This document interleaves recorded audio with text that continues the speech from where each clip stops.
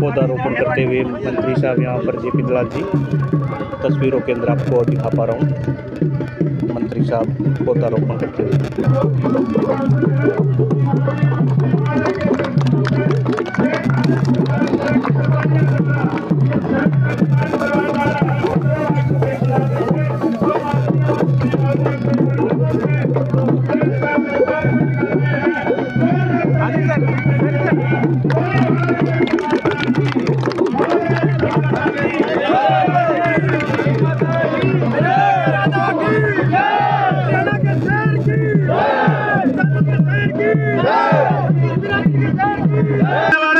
युवाओं को रोजगार दिलाने वाले और किसान की आय को दुगना करने वाले, अंत्योदय की भावना से काम करने वाले कृषि मंत्री श्री जयप्रकाश दलाल जी भाई गौशाला लगाया अपने करकमलों से और गौशाला का अवलोकन किया है।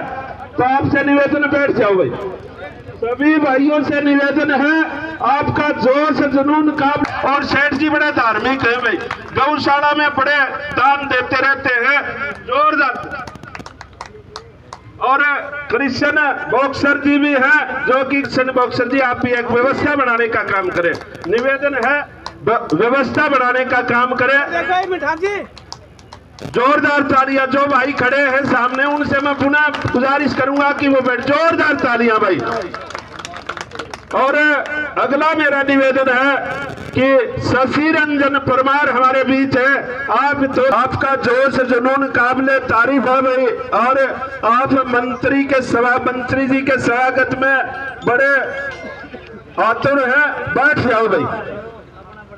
अगला निवेदन है सेठ भाई, जोरदार तालियां भाई। पूर्व विधायक और तोसाम के सुख दुख के साथी वो मंत्री जी का स्वागत किया जा रहा है, जोरदार तालियां भाई।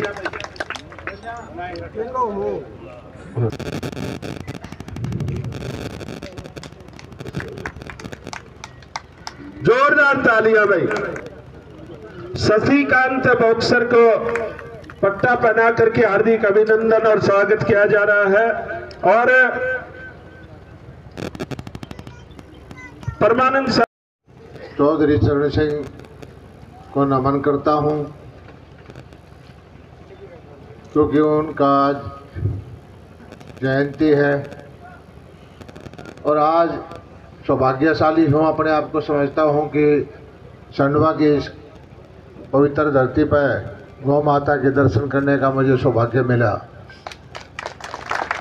और थोड़ा सा दुखी भी हूँ कि गर्मी में ये बाछड़े खुले में हैं, ना तो पेड़ और ना शेड है। मैं भी मदद करूँगा, आप भी थोड़ा सा और जोटा मारो और यहाँ एक भव्य गौशाला बनाएं, जिससे कि सारा इलाके पर गौ माता का आशीर्वाद रहे। क्योंकि हमारी संस्कृति में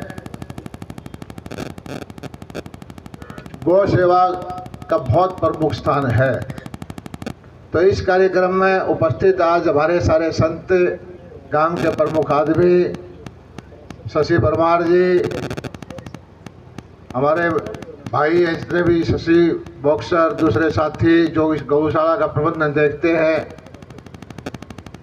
और धर्म सिंह मेरे पहले आपके पास से आता रहता है, मेरे पास भाई बहुत दिनों से लगा रहता है कि इस गौशाला का ध्यान करो। मैं तो समझता हूँ कि गौ माता आदमी का ध्यान करती है, और जो समाज गौ की सेवा करेगा वो पीछे नहीं रहेगा, उसकी पूर्ति हर तरह की करेगी। हमारी सरकार का ध्यान पूरा गौओं की तरफ है, और ये सच्चाई है कि अभी खाद डाला, हाँ यूरिया है, DAP है, इससे धरती खराब होनी शुरू होगी। बहुत सारे वैज्ञानिक ये कहते हैं भाई इसी तरह से हम डालते रहे तो यह धरती 15 20 या 25 साल के बाद इस खाद का असर होना बंद हो जाएगा, पत्थर जैसी हो जाएगा और फसल होनी बंद हो जाएगी।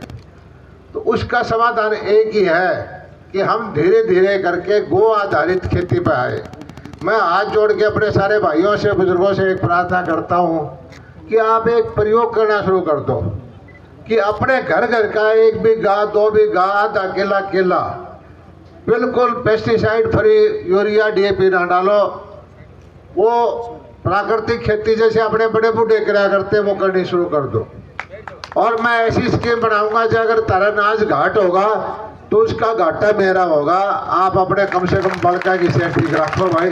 कोई ना कोई स्कीम बना दूंगा कि जो पोर्टल में चढ़ा दो। मैंने 1 किला वो रखा है, आधा किला प्राकृतिक खेती का कर रहा हूँ, उसका कोई नुकसान होगा तो मैं उसकी भाई गणतंत्र द्वारी पूर्ति करूँगा। आप देख रहे हो कि आजकल कैंसर तरह तरह की बीमारियाँ हम लालच में उत्पादन करते रहते हैं, घूम फिर के बीमारी आ जाती है, सारा पैसा अस्पताल का डॉक्टर चला है।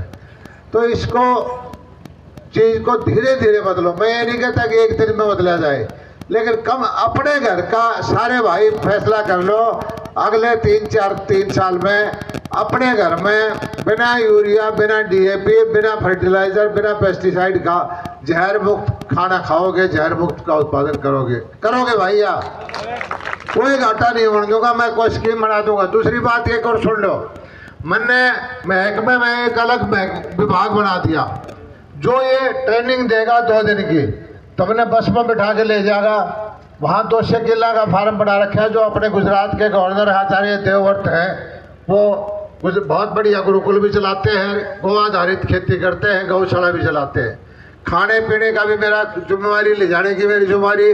आपको सिखावेंगे कि भाई इस तरह से गौ के गोबर से, गौ के गोमूत्र से जीवामृत, घनामृत बना के जो चीज़ें चाहिए वो इस गौ के उससे बन जाएंगे, गोबर से। उससे 2 फायदे होंगे। एक तो आपका जहर मुक्त खेती हो जाएगी, सेहत खराब नहीं होगी, गौ का भरण पोषण होगा, गौ इस समाज में हो जाएगी, धरती ठीक हो जाएगी। तो कई फायदे होंगे। तो आप इस चीज़ पर ध्यान दो भाई। राजनीति की बात करने नहीं चाहता मैं कहता हूं कि अपने को ऐसे काम करने चाहिए जिससे समाज का सुधार हो, मानव का सुधार हो। हमारी धीरे धीरे